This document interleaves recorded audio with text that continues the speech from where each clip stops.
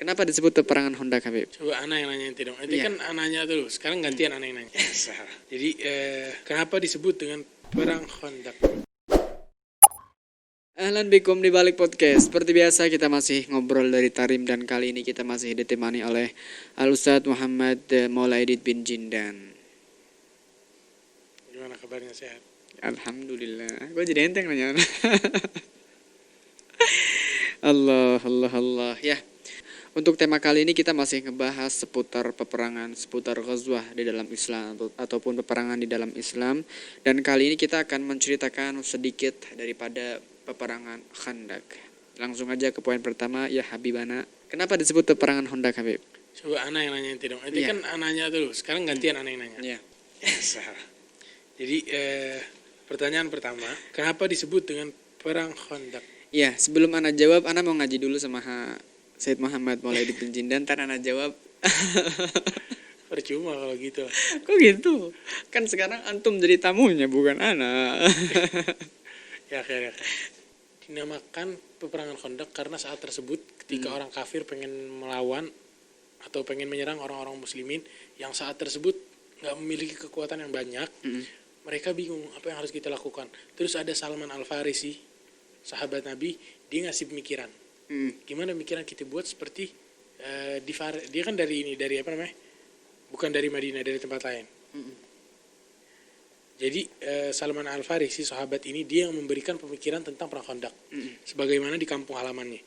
Jadi dibuat kayak lubang yang besar yang mengelilingi kota Madinah. Iya. Dikelilingin biar kenapa? Jadi orang-orang kafir nggak ada yang bisa lewat. Nggak bisa masuk Madinah gitu. Nggak ada yang bisa masuk ke Madinah. Kalaupun ada yang lewat, paling yang bisa lewat 1 orang 2 orang. Nanti tinggal dibunuh kan gampang. Anjing. Jadi nggak bisa semuanya lewat. Yang lewat bisa sedikit doang. Ya, sedikit aja gitu ya. Jadi saat tersebut dibuat di sekeliling Madinah itu kayak lubang yang gede. Orang nggak bisa lewat. Jadi Khandaq ini artinya apa tadi? Kayak lubang. Lubang gitu yang gede. Khandaq itu kayak benteng gitu lah. Tapi Gitu. bentengnya bukan dibuat ke atas, ini malah dibolongin gitu. Dibolongin ke bawah. gitu. Biar orang nggak bisa lewat. Jadi kalau orang mau masuk, kalau masuk ke Madinah, ini Nggak belum bisa, ke iya. lubang itu. Untuk sebab daripada peperangan tersebut gimana? Sebab peperangan terjadi. Kok jadi gitu soalnya kayak Sebabnya kayak agak baku gitu bahasanya. Bahasanya enak gimana? apa sebab peperangan Khandaq terjadi? Iya gitu bahasanya gitu. Apa sebab peperangan Khandaq itu terjadi? Sebab peperangan Khandaq terjadi itu yang Kiana bilang. Jadi orang kafir semua pengen nyerang Nabi dan sahabatnya di Madinah yang saat tersebut nggak memiliki kekuatan yang banyak. Jadi pakai cara itu. Sayyidina Salman Al-Farisi. Sayyidina Salman Al-Farisi yang ngasih pemikiran. Masya Allah, pinter ya. Pinter banget. Berarti kejadian perang itu di Madinah ya? Di Madinah. Pada saat peperangan tersebut kan ada salah satu seorang sahabat Nabi Muhammad SAW yang bernama Sayyidina Jabir bin Abdullah.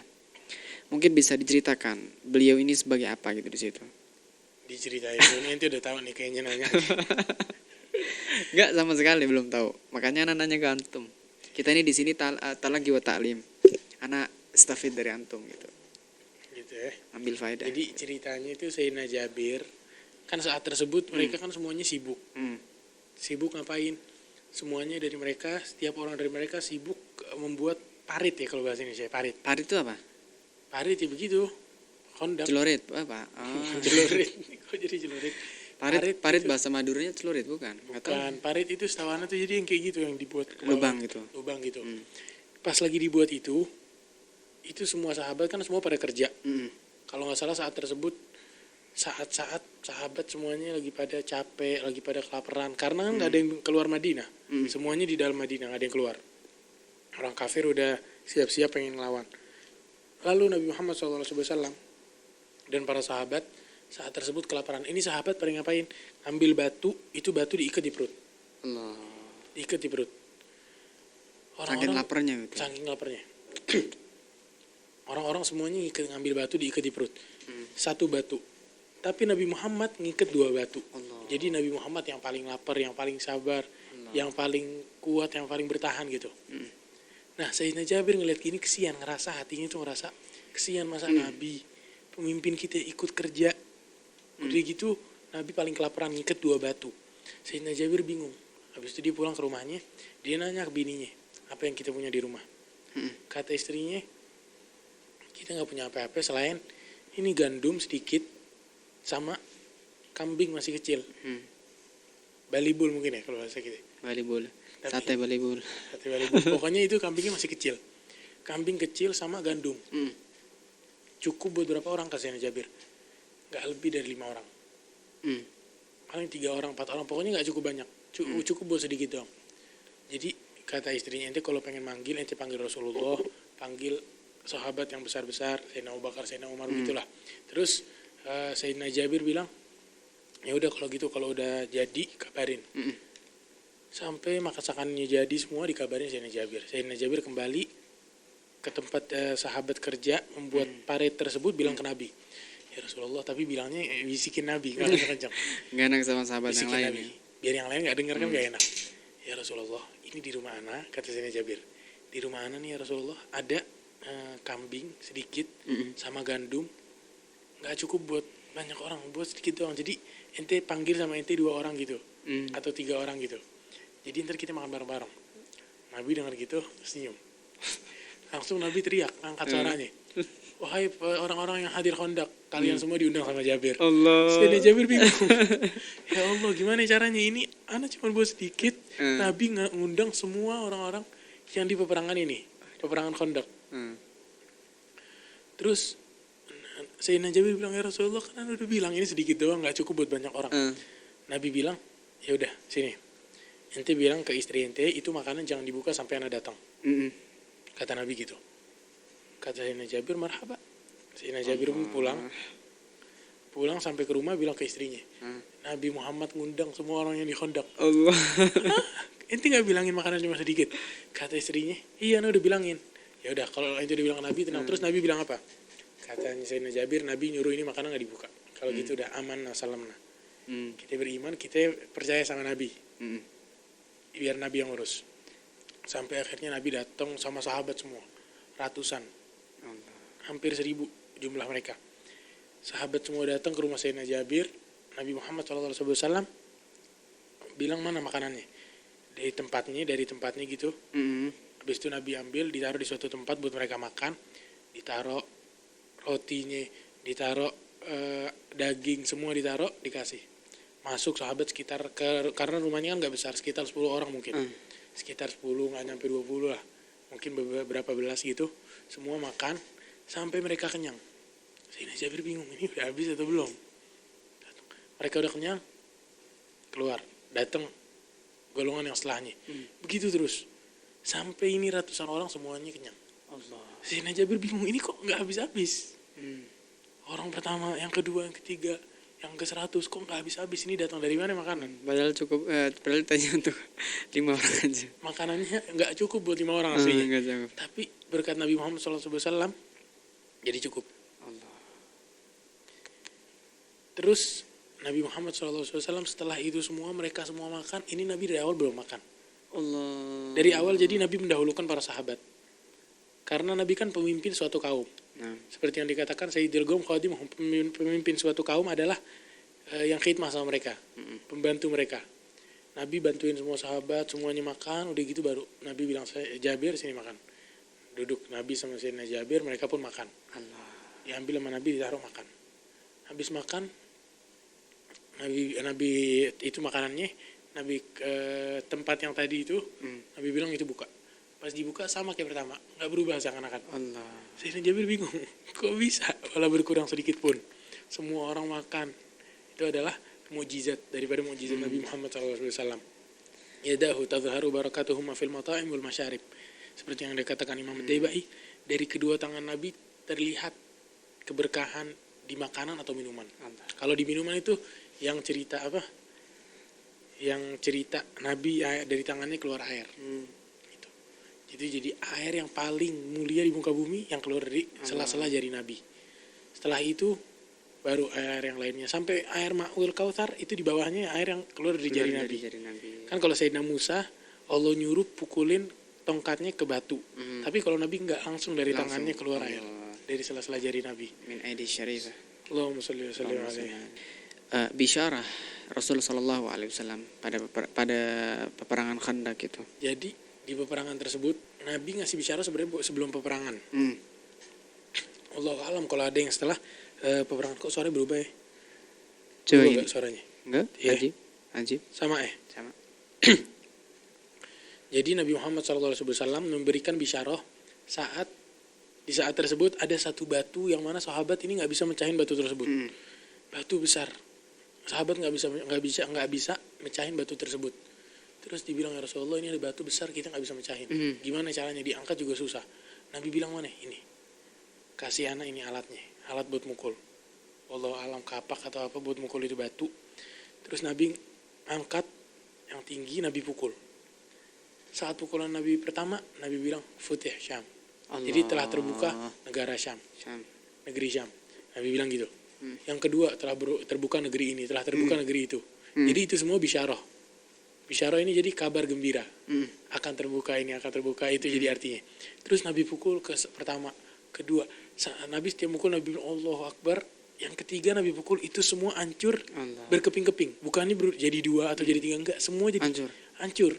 Jadi kecil-kecil semua. Sahabat ngeliat gitu bingung semua. Mereka tahu kalau itu mukjizat Nabi Muhammad SAW.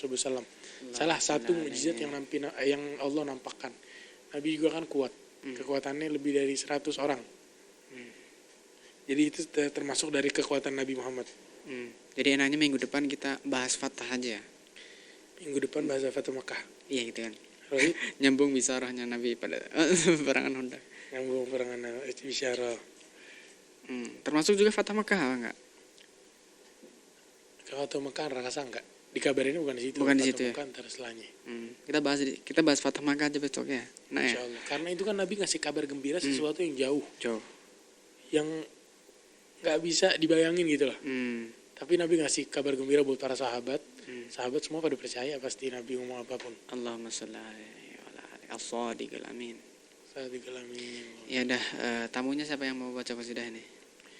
Kali ini yang mau baca qasidah adalah Syekh Abdullah bin Abu Bakar Al-Khatib. Masya Allah. Iya. Beliau ini orang Tarim. Orang Tarim asli. Jadi kita dengar suara Tarim gitu sekali-kali kan dari awal nggak ada orang Tarim yang asli. Iya benar. Ini sekarang nggak ada yang Tarim. Biar bener Hadrami gitu ya. Hadrami. Kemarin orang mana tuh kemarin? Yang mana? Kemarin. Mau mana? Haitham. Itu dia orang Hudaidah ya.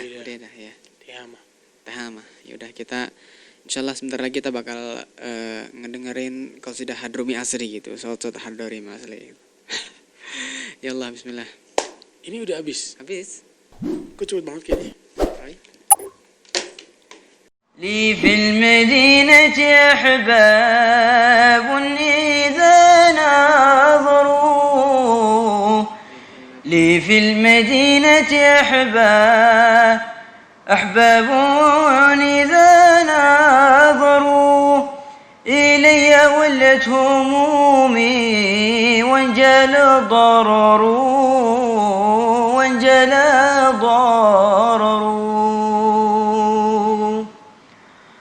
وأصبح القلب في أنس وفي فرح وأصبح القلب في أنس وفي فرح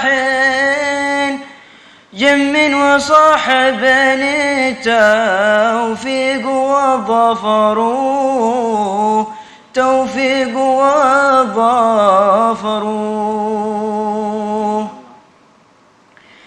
يا أهل طيبة هيا إنني دانف يا أهل طيبة هيا إنني دانف وإنني للذي أملت منتظر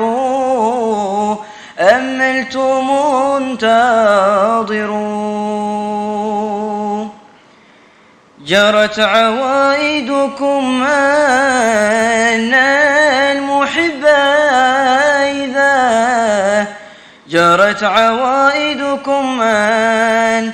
المحب إذا ناداكم بلسان الحب ينجبر بلسان الحب ينجبر والحب ملء جناني بل تجسم فيه، والحب ملء جناني بل تجسم فيه، شخصي على صورة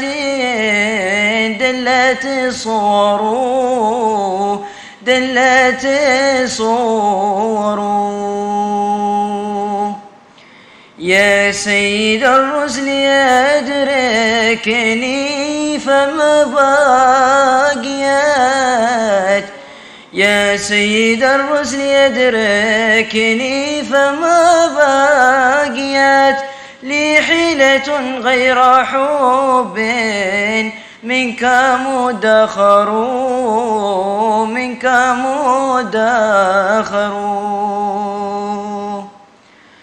لله ميلادك الغالي الذي سعدت، لله ميلادك الغالي الذي سعدت به البسيطة وانجابت به الغير، جابت به الغير. يوم به ضاعت الدنيا فما طالعت، يوم به ضاعت الدنيا فما طلعت، شمس على مثله فيها ولا قمر، فيها ولا قمر. تحية لك من قلب معطرة، تحية لك من قلب معطرة، يزيد عرف شذاها روحك العطر، روحك العاطر. وقائل لي ما تشتاق قلت له، وقائل لي ما تشتاق قلت له، أشتاق طيبة شوقا ليس ينحصر، ليس ينحصر. يا قائد الجو ينزلني ذا لمعات، يا قائد الجو ينزلني ذا لمعات، لعينك القبات الخضراء والحجر، خضراء والحجر. هناك أقصد شباك الرسول لكي، هناك أقصد شباك الرسول لكي أستغفر الله حيث الذنب يغتفر، الذنب يغتفر. عليك صلى إله العرش ما توليت، عليك صلى إله العرش ما توليت، في حفل ميلادك الآيات وسور، آيات وسور.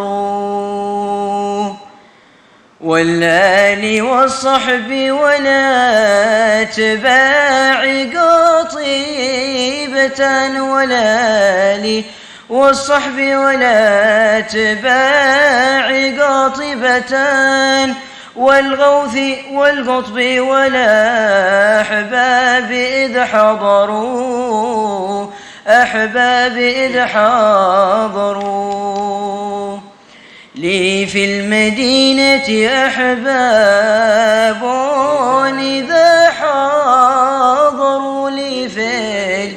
مدينة أحباب إذا ناظروا إلي ولت همومي وانجلى ضرر وانجلى ضرر.